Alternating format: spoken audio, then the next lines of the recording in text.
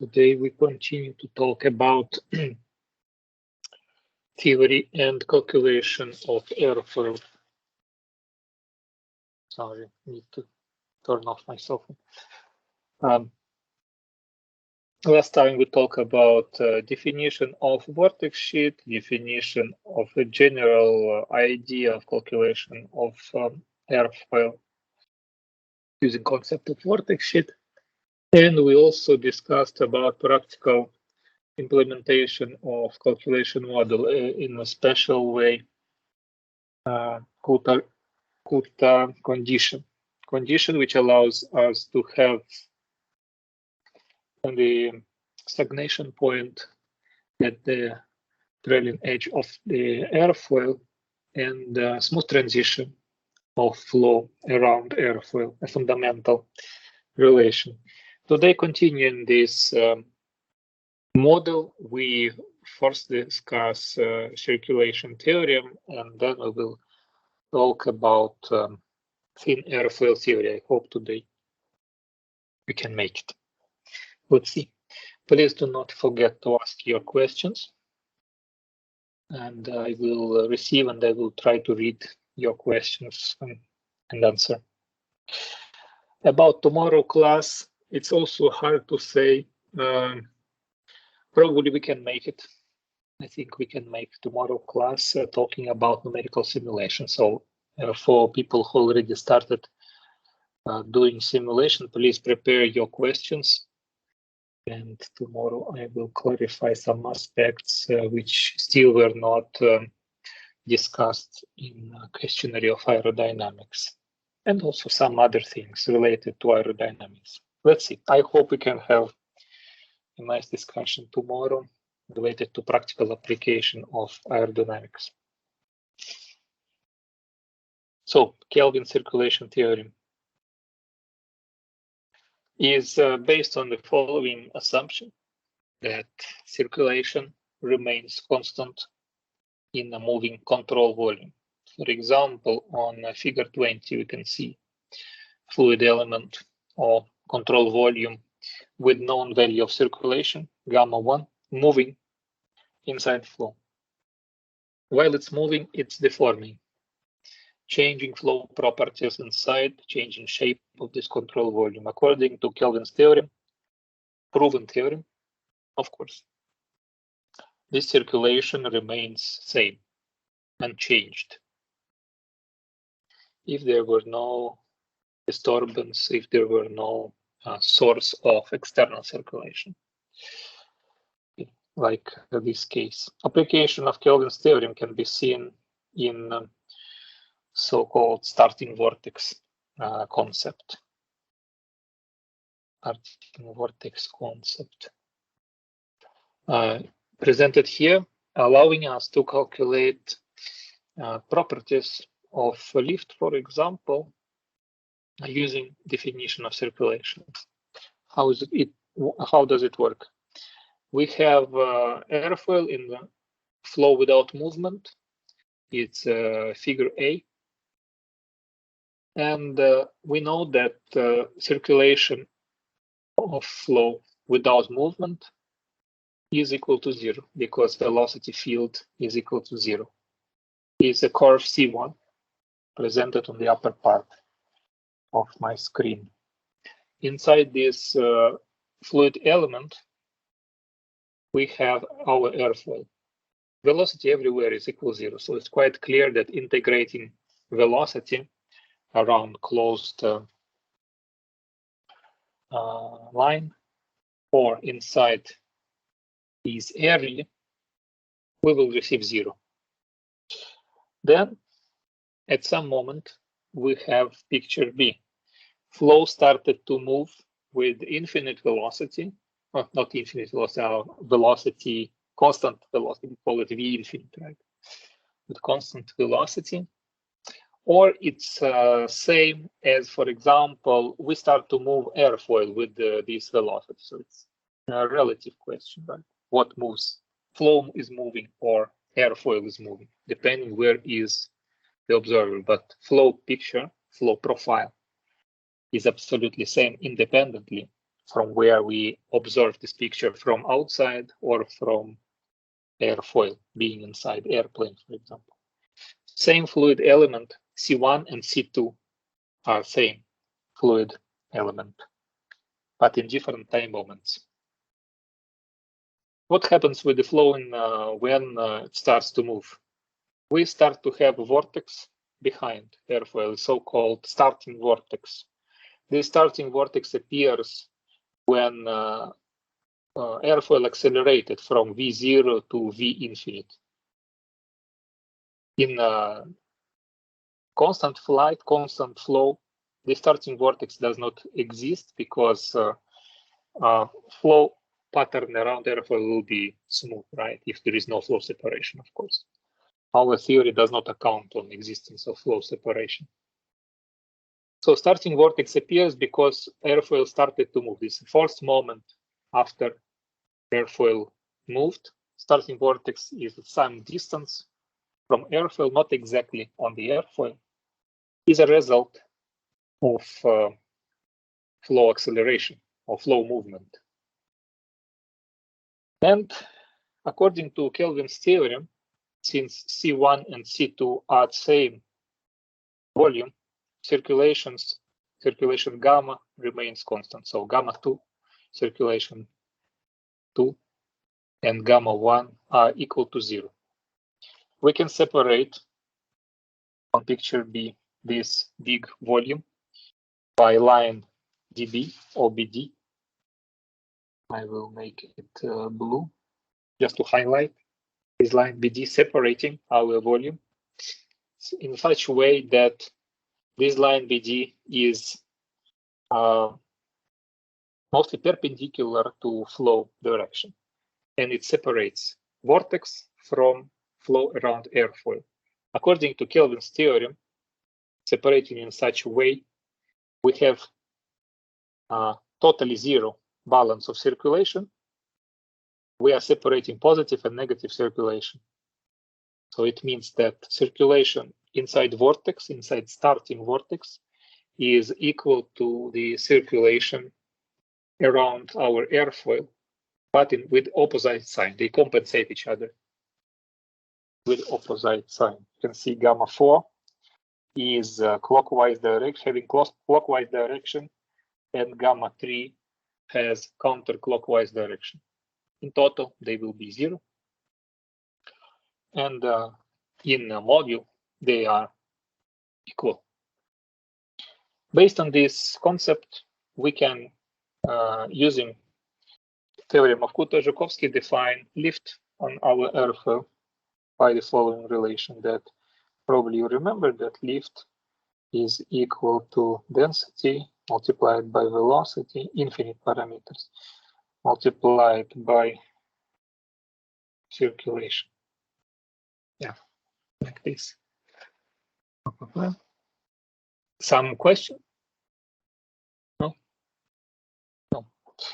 And from this relation, sorry, that's a bit that I did not in straight. And not so straight. From this equation, Kuta-Zhukovsky theorem, we can always calculate circulation once we know lift on our airfoil, or vice versa. If we analyze our vortex, we see how much is circulation on starting vortex. We can understand what is the value of lift on this airfoil which created this vortex. So reason and the consequence of this process are quite connected.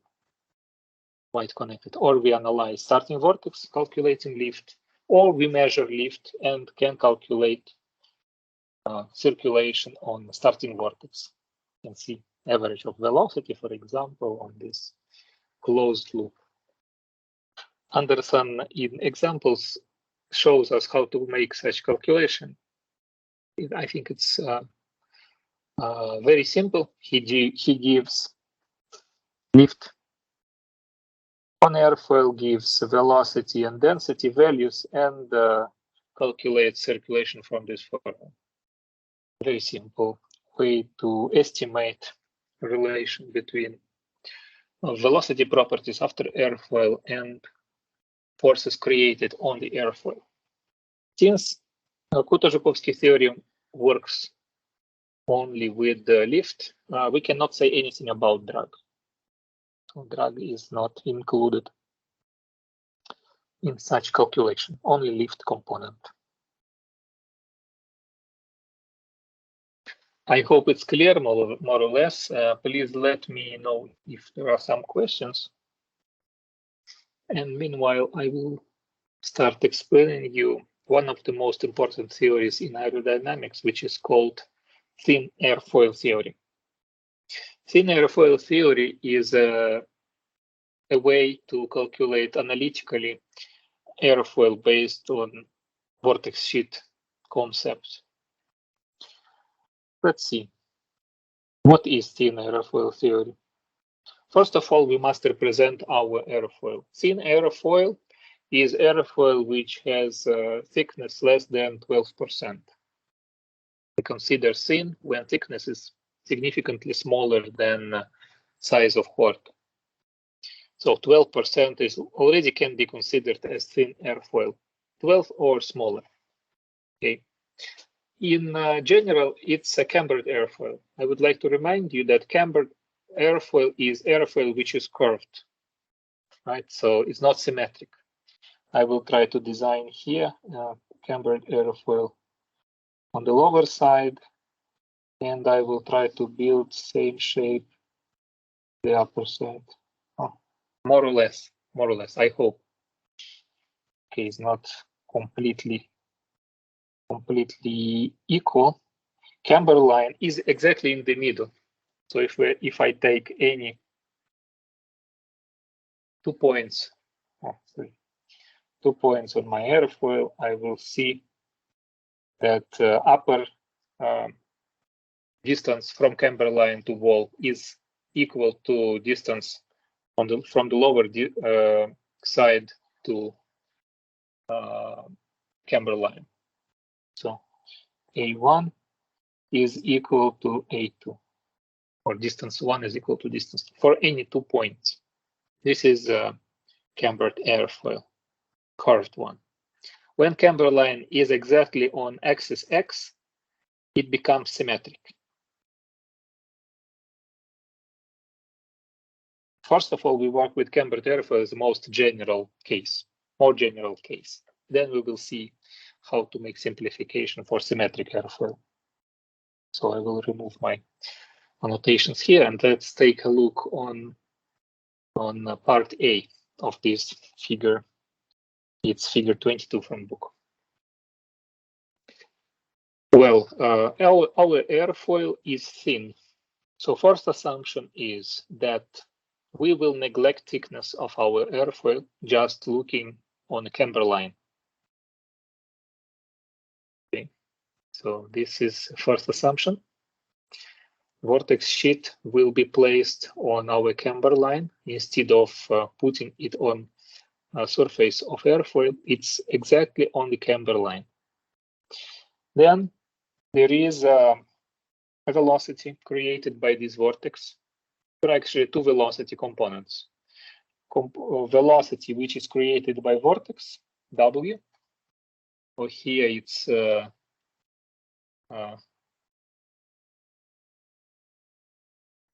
it's W. It's the normal component of velocity to perpendicular to chord line created by this vortex.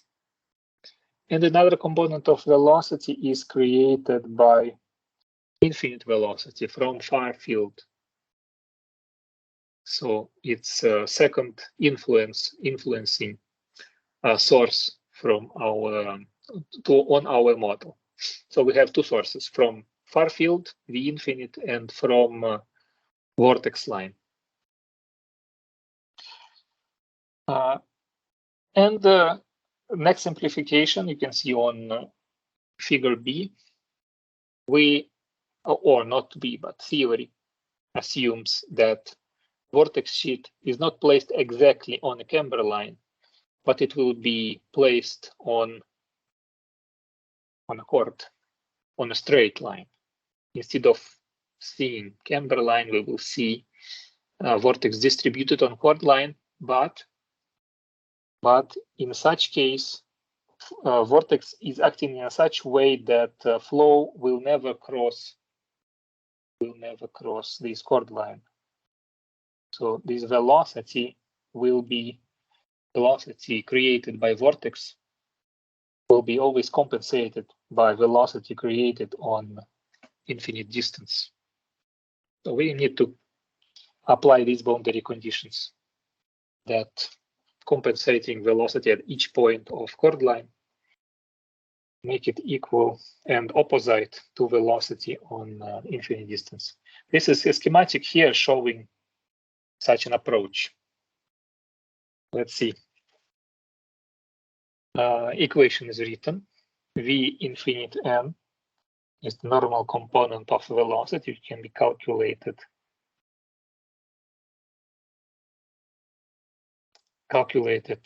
geometrically here as V infinite multiplied by sine of angle, alpha, angle of attack, plus arctangent of dz by dx. And this dz by dx is describing for us geometry of camber line. So we are trying to calculate this angle, right? This angle alpha plus arctangent, this total angle here. We have V infinite. We know it's constant. Now we have alpha, which is also constant, angle of attack, and this arctangent, which is defined by geometry of camber line. Geometry of a camber line can be given as a function or a continuous function or discrete function or numerical function. There are many ways to describe. But the most important is to understand that this dz by dx angle with between a vertical line, okay, and normal direction to chord line is same as this angle here between horizontal line and yeah, it's parallel now to chord line. Chord line, no, camber line. Sorry, camber line.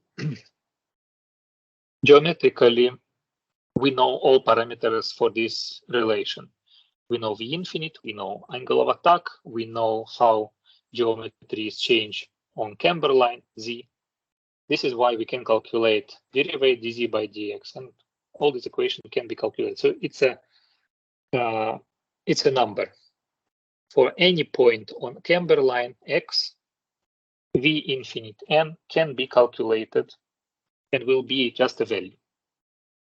I hope it's clear. It's totally independent on flow structure around our airfoil. It's just parameters given on the far field and parameters given by geometry.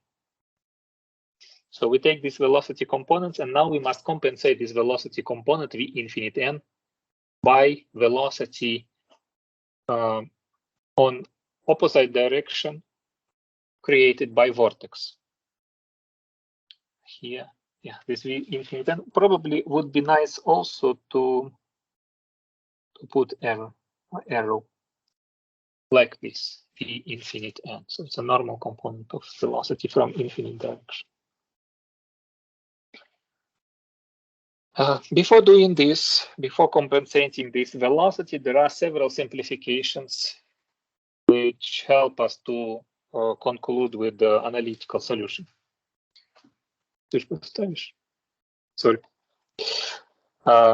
Simplifications are the following. We assume that angle is small. Yeah, usually angle of attack. No, not angle of attack, sorry. Usually the angle of camber line, it's very small. It's close to axis. We can, how much can be 1 degree, 2, 3, definitely smaller than 5 degrees camber line. So once we are looking to calculate arctangent of small value, this would be approximately equal to an argument of this function. Oh, sorry, dz by dx. So going back, instead of using arctangent, we use just argument. So our equation is simplified because camber line is having very small angle. Okay, so equation 13 becomes equation 14. And also because of this reason, and because alpha is small, we, instead of using sine function, we use just argument. So sine function is also discarded from this calculation, just because angles are small. And so our difference of these small angles will be even smaller module. Okay, its absolute value will be even smaller. So instead of using sine and tangent, we use just arguments of these functions. And second simplification, which you can see on equation 15, is that assumed that velocity normal to our camber line is same or close to velocity on the chord line. Just reminding you where we had this velocity defined here on figure B. Okay, V prime S and W prime X and WX. They are very close one to another since camber line and chord line are practically same line. So W prime S and WX are same as well. It's another assumption. We discard small values from calculation. Just keep most important values. How can we calculate this W, this velocity from a vortex sheet? We already had this formula before on a presentation of a vortex sheet. When we apply it to a line, it becomes even simpler. Change of velocity created by vortex sheet. I'm just saying you this equation which I put on rectangle. Change of velocity created by a vortex sheet is proportional to strength of vortex function multiplied by infinitely small segment of this line divided by 2 pi divided by distance between point of interest and point at which we have influence of our vortex. Point of interest is x. Okay, we would like to calculate at coordinate x our W component of velocity, but we know since flow is subsonic, all flow changes influence on all other points. We have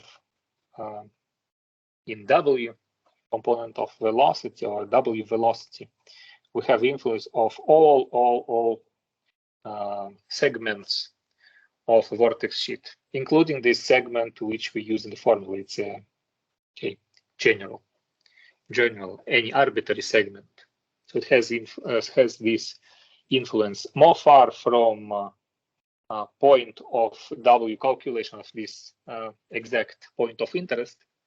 Smaller would be this influence according to function presented in blue square or blue rectangle. And then to obtain total velocity from differential, we integrate left and right side.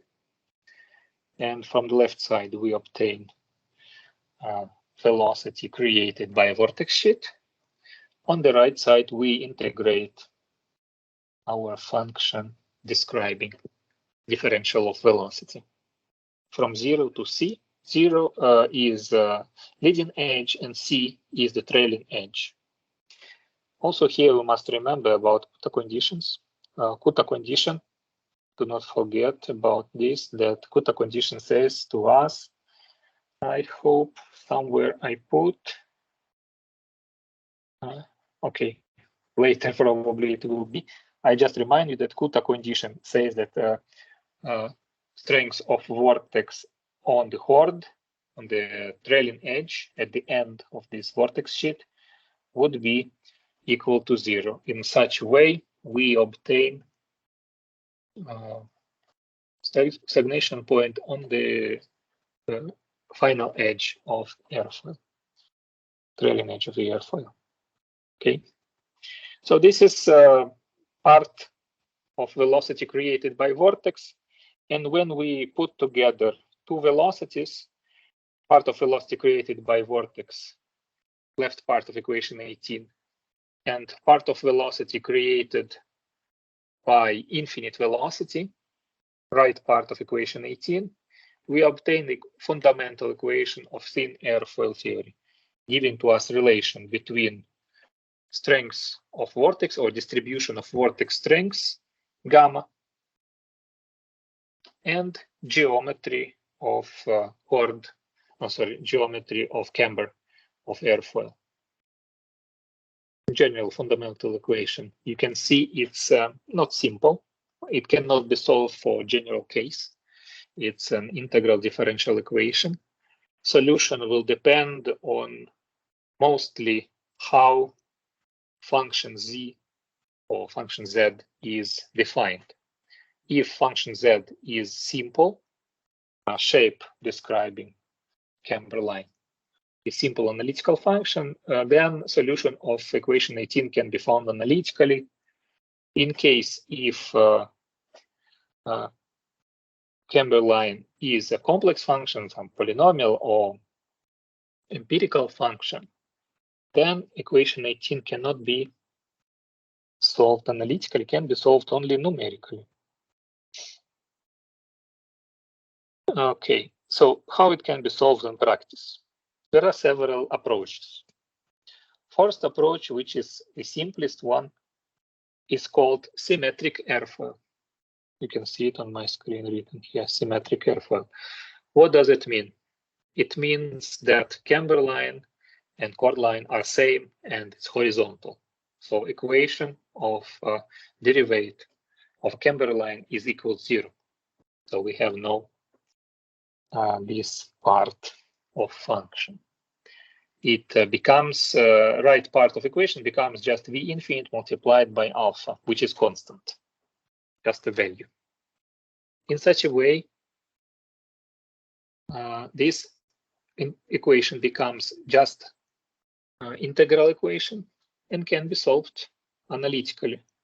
Solution of equation 18 in case of symmetric airfoil can be seen on equation 24. Just mathematically solve this integral.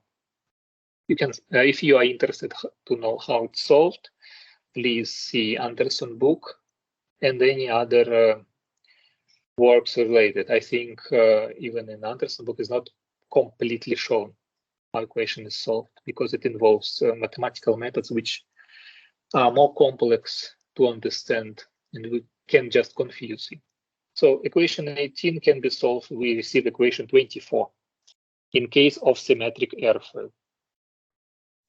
Since we have solution, you can check this solution. You can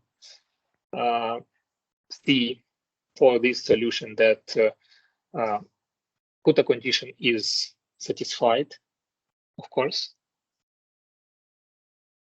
And since we have analytical solution, we can solve all parameters analytical, like lift coefficient, for example, presented on equation without number in the middle.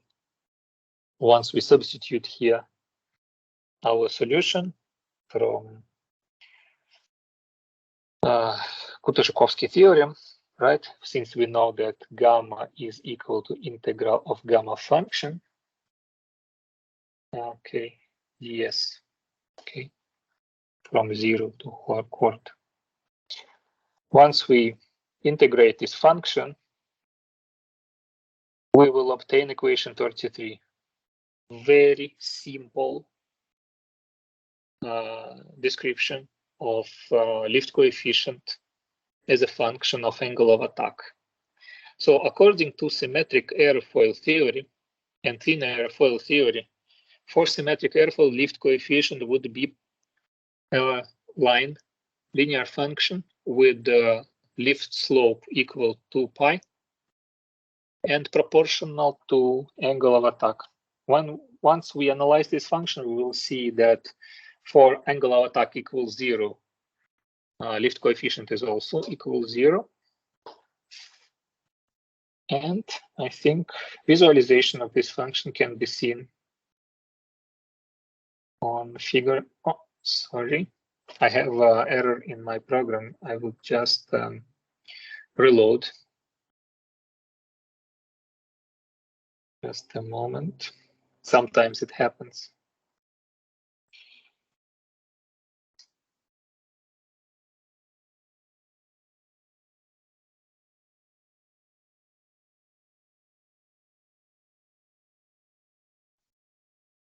Okay, it's back. Sorry for inconvenience. We can see that comparison on figure 25 of analytical solution of thin airfoil theory for NACA 0012, which is exactly thin airfoil, 12%, and our solution of equation 33, showing very, very good correspondence of experimental parameters on lift, experimental values on lift coefficient and our analytical function. If I zoom, we see that it's very close, very, very nice correspondence. This function, of course, has some disadvantages. This solution cannot be used for all region of angles of attack because model does not account on existence of flow separation. But in the region where there is no flow separation, this function perfectly describes behavior of lift coefficient. Since lift coefficient is obtained, we also can calculate the momentum coefficient. And this integration is shown on the top right side of my screen. Function to integrate. Once you substitute this solution inside this function, you will see that momentum coefficient on the leading edge, which is equal to CL divided by 4, would be, on the 1/4 chord would be equal to 0. Would be equal to 0, and on the leading edge would be equal to lift coefficient divided by 4. This solution, I think it has a number, 441. Equation 441 saying that momentum coefficient for symmetric airfoil at 1/4 chord is always equal to 0. Can be proven experimentally. You can see on figure 25 that momentum coefficient measured is also equal to 0, except region of flow separation. So regions of flow separation, they are not inside the model because model does not calculate flow separation here and also here. But where there is no flow separation, model explains perfectly. This works for any thin airfoil, any thin symmetric airfoil. So according to this theory, calculation of any thin airfoil is same, independently on thickness, independently on shape. It says to us that lift coefficient will be same. If we assume even the thinnest possible airfoil, which is a flat plate, unfortunately, we will have absolutely same lift coefficient. But in real life, we know that lift coefficient for flat plate is much worse than for NACA 0012. So please let me know if you understood why lift coefficient is better for NACA 0012 than for flat plate. I can wait some seconds.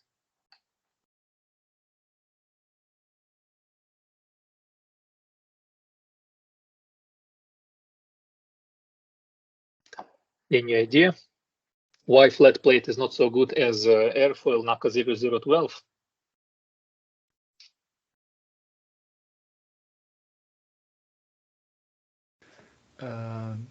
Maybe because the flow interference, I mean the direction of the flow is not so much interfered, so lift isn't that much bigger in relation to drag.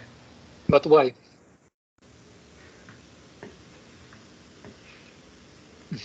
Because flow is not good, flow is not smooth. When we have a plate, okay, and some angle of attack, flow separation starts immediately, okay, from the starting point of flat plate. This is a thin plate, okay, not airfoil. This is airfoil. On airfoil, when we have flow, we have smooth flow profile, flow lines go around. There is no flow separation. Okay, at flat plate, at very small angle of attack already starts flow separation.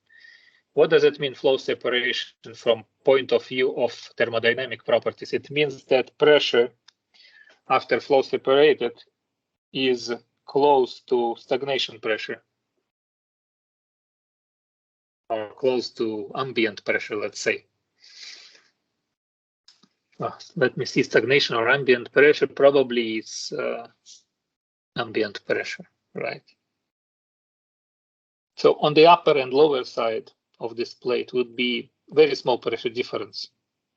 So lift will not be created because flow separation. We would like to avoid as much as possible flow separation. This is the reason why we have airfoils. We need a smooth flow. With this smooth flow, we have no losses. We have no flow separation. And because of this, lift coefficient will be big.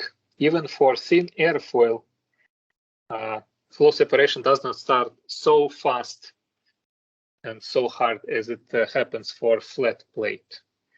Flat plate is the worst possible scenario of airfoil. You can see that even for supersonic application, flat plate is not the best option. If we use just a wedge, which is conical wing, is much better than plate, even being heavier. Flat plate is not better from any point of view. Here, because of flow separation. Flow separation, it kills all performance. This is why, since flow separation for flat plate starts already at very small angle of attack, this equation 433 will work only in a very small region near origin of coordinates. This is why lift coefficient for flat plate is small, because after we start to have flow separation, and CL will be something like this I draw on my screen. So I hope it's clear. Our intention is to avoid flow separation as much as possible, because, for example, increasing 2 times more angle of attack, we receive 2 times bigger lift coefficient, which is good, which is exactly what we need. We need to have as much big lift as possible and as much smaller drag as possible. Lift to drag ratio given to us criteria of performance. So, but thank you for your answer, Guilherme. One more thing which I would like to explain today is a cambered airfoil. There are not so many things we discussed today, because theory is not simple, it's something new, and I think would be better to give by portions. And also because we have enough time until the end of semester, it will be okay to give you small portions. A lot of information I already recorded in previous videos, and I hope it can complement my explanations. Cambered airfoil. Airfoil which has a curvature of camber line. We go back to our equation 18, which we elaborated, where dz by dx is not equal to 0 anymore. How it can be solved? this differential integral equation can be solved in a way that is commonly applied to Laplace's equation, which is a representation of functions in Fourier series. So we are substituting linear, say, Cartesian coordinates, transforming to polar coordinates, and we transform also our functions to Fourier series. You know that you can describe any function by infinite Fourier series. Here in our practical application and in aerodynamics usually are used very few first coefficients of Fourier series, not all, probably first 2 or 3. Okay. This is done in equation 42, transformation from Cartesian to polar coordinates inside the integral function. And then this solution can be found analytically as an infinite Fourier series, which has two types of coefficients. Has coefficient A0, which you can see here, with the constant coefficient, or with coefficient, right? Theta is the angle, depending on position on the airfoil where we are calculating. And the second part is an infinite sum of an constant multiplied by sine n theta, and it goes to infinity. The infinite number of an coefficients. How to find this coefficient is completely different story. We will not touch it in aerodynamics. If you are interested, please go to functional analysis and you can study. It's absolutely outside of theory of aerodynamics, but if you like mathematics, it's good to know how this solution is obtained. We have a relation between shape of a camber line and these coefficients for Fourier series inside equation 446, which is giving to us inclination of a camber line as a function of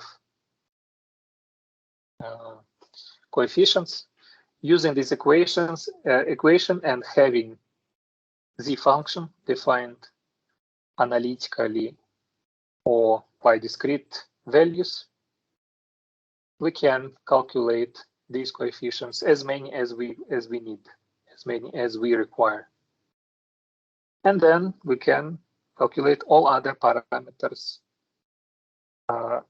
by substituting this coefficient into a final solution. Equation 43 is the solution.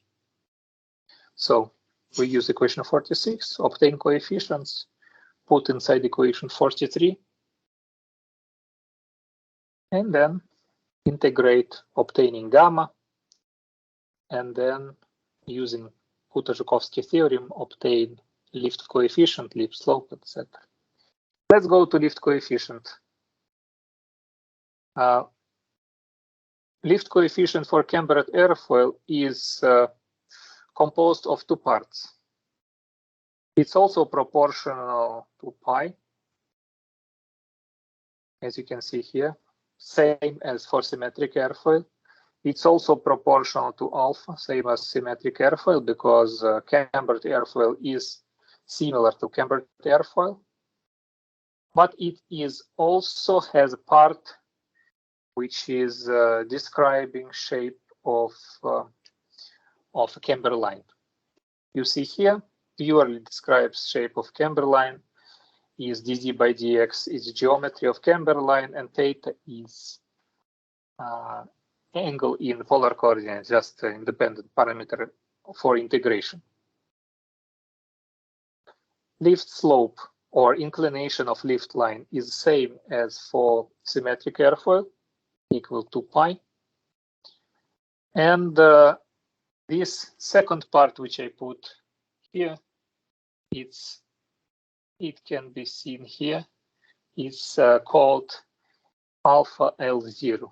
Is the angle of attack at which lift is equal to 0. Is such a shift of angle for lift function. When we see, let me see, I think soon we will have it. Not so good coordinates. Okay, I will probably need to draw here. Let me make a small schematic of this function here.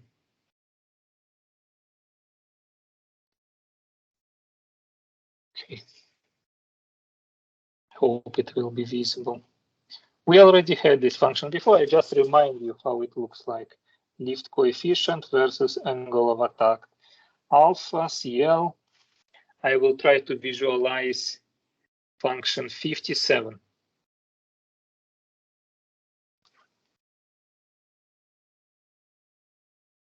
Like this. Yeah. This is my alpha L0. This shift of angle of attack, this distance, and this slope is 2 pi. This is for cambered airfoil, and for symmetric airfoil, maybe it's better to make another color. Let me choose blue line, for example. This is also having lift slope 2 pi. So lift coefficient for symmetric airfoil and for cambered airfoil are very similar one to another because airfoils are similar. But since cambered airfoil is curved, it has this shift of lift function. It has always bigger lift coefficient than symmetric airfoil. This is one of the reasons why we are using cambered airfoil, because when we compare lift coefficient, cambered airfoil always wins with respect to symmetric airfoil. And can be proven, can be seen in a purely analytical way. These are analytical functions visualized. Since we can find analytical solution, we also can find momentum coefficient analytically. For this, we will need the first and second coefficient from Fourier series from solution for momentum at the leading edge. And for momentum at 1/4 chord as well. And since center of pressure CP, XCP also requires momentum coefficient for its calculation, we will need also these first and second coefficient from Fourier series in calculation of center of pressure. Coefficients A1 and A2 are constants. So functions 64 and 66 have to take into account, for example, momentum coefficient 1/4 chord is a constant, right? Center of pressure is not constant because CL is changing for different angles of attack proportionally. So XCP is decreasing, I think, right? Or increasing. Let's see.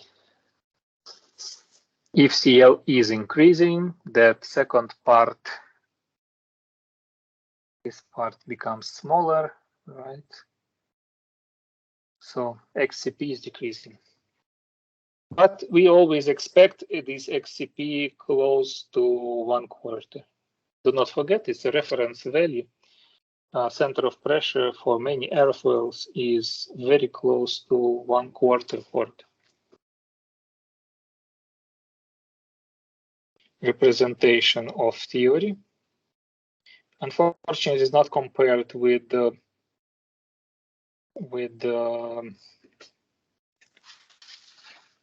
calculation, but I think it's a calculation and experiment Yeah, it's a calculation of an experiment, but it's not completely clear which data is. I think on figure 28 is just an experimental data. And 0, let me try to make a line, something like this, horizontal line. Also, I will try better. Let's try more or less. So we can see this shift of lift line alpha L0 here. Let's see. Okay. Comparison between calculation and experiment, you can see on the right side of my screen for specific NACA 23012 airfoil. We can observe that alpha L0 could be predicted quite well. Error of calculation is smaller than 1%. Same lift coefficient and 4 degrees has small error. Okay, in such case, it's smaller than 2% error, which is extremely small. And the momentum coefficient has a bigger error, significantly bigger error, because it involves calculation of Fourier series coefficient, which is not always accurate. And momentum coefficient is some value by itself, very small and very sensitive to input data. And since it involves also complex model to calculate, resulting error is bigger than for lift coefficient or angle of attack.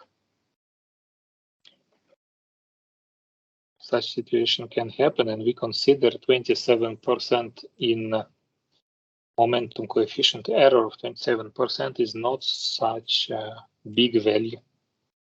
Is acceptable. Okay, at this moment today I would like to finish because then Aerodynamics Center and additional considerations, they have not direct relation with the method we discussed today. Please let me know if you have questions. And if there are questions, I'm ready to answer. After, I would like to meet with people who has comments, who received the comments about correction, necessary correction in their work. I would like to explain which corrections are necessary to deliver report 1 in a good quality. I need it because when you finish work 2 and work 3, you will need to compare with work 1. If work 1 is not correct, it will be not possible to validate simulation. Please let me know if you have questions about theory, not about your works. Please, Guilherme. Professor, going back at that question related to the airfoil in relation to the, I forgot the name, the plank. I forgot the name. Flat plate? Yeah, the flat plate. It is. É uma placa plana, sim, é uma placa, só uma plaquinha. Oh, okay, I get it. So please ask. So it is clear to me that it is aerodynamically totally inefficient because of the flow is not constant. But flow is separated. Yeah, the flow, it's the boundary layer is separated, I guess, because of the smoothness of the shape. But my question is, if by any means we have a situation where the flat plate will have to be used, is there conditions that mitigate that flow separation? Very interesting question. Everyone would like to use flat plate because it's extremely simple, right? It's extremely simple. So everyone would like to use flat plate. Yes, I think it's possible to use flat plate in some applications where you would like to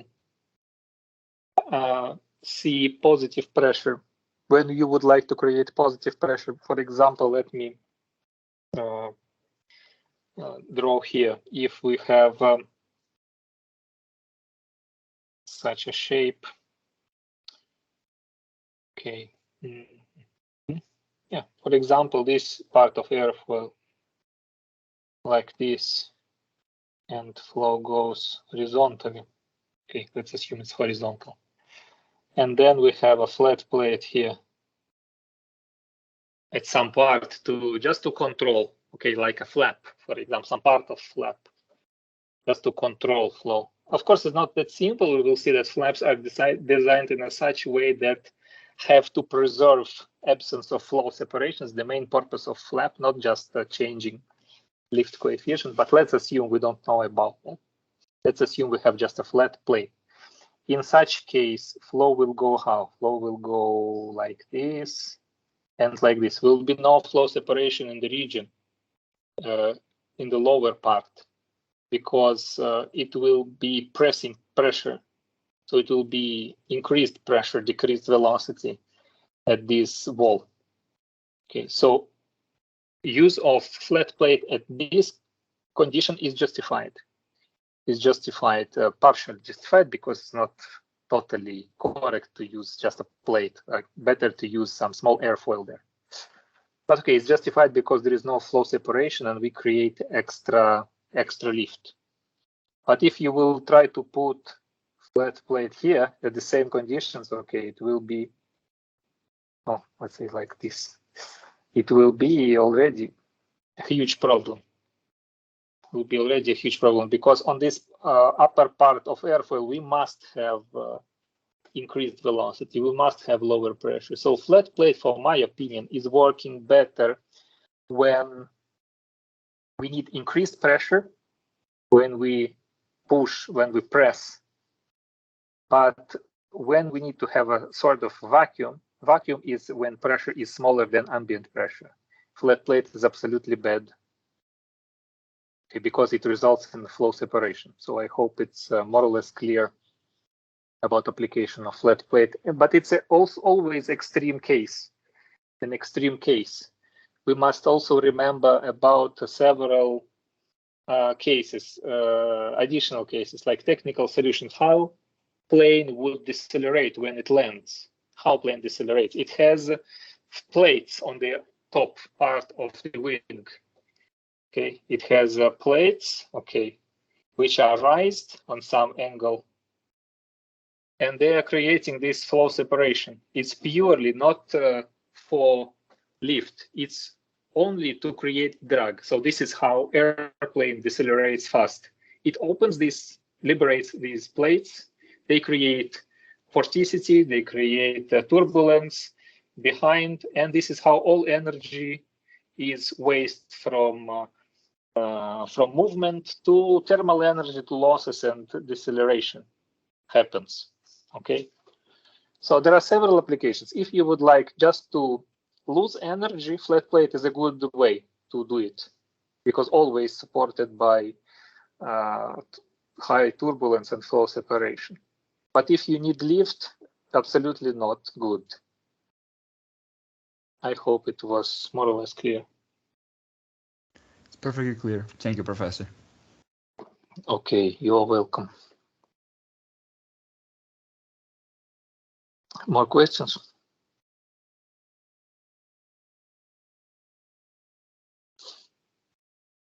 Okay, I see no questions. I would like to ask people who have comments, who received my comments for corrections, please stay in this class. All others are free. Tomorrow we meet and we will talk about numerical simulation, some aspects, some maybe technical aspects, some calculation, estimations. Please prepare your questions. I hope you can have your questions, because usually students have many difficulties in first attempts of aerodynamic simulation. So I expect you tomorrow. Thank you for participation today. And I would like to talk with people who need to improve their report one.